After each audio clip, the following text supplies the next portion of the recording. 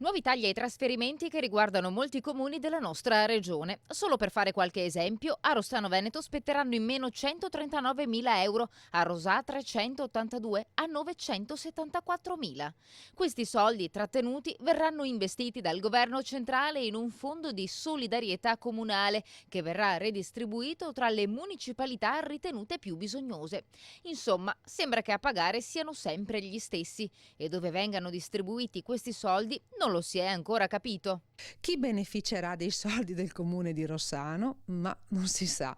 Ecco, siamo molto perplessi. Insomma, oltre al danno la beffa, il colmo è che potrebbe essere anche Rossano Veneto un comune beneficiario del fondo di solidarietà. Siamo noi stessi che paghiamo noi stessi, ecco, è il cane che si morde la coda. E a chi si chiede quale sia la posizione dello Stato in tutto questo, il sindaco di Rossano Veneto risponde: La vergogna è che lo Stato, a fronte delle tante sollecitazioni anche da parte dell'ANCI, delle tante sollecitazioni anche da parte dei singoli comuni, di mancati introiti, di mancati inserimenti, di mancate promesse riguardo anche ai fondi che ci spettano, è sordo.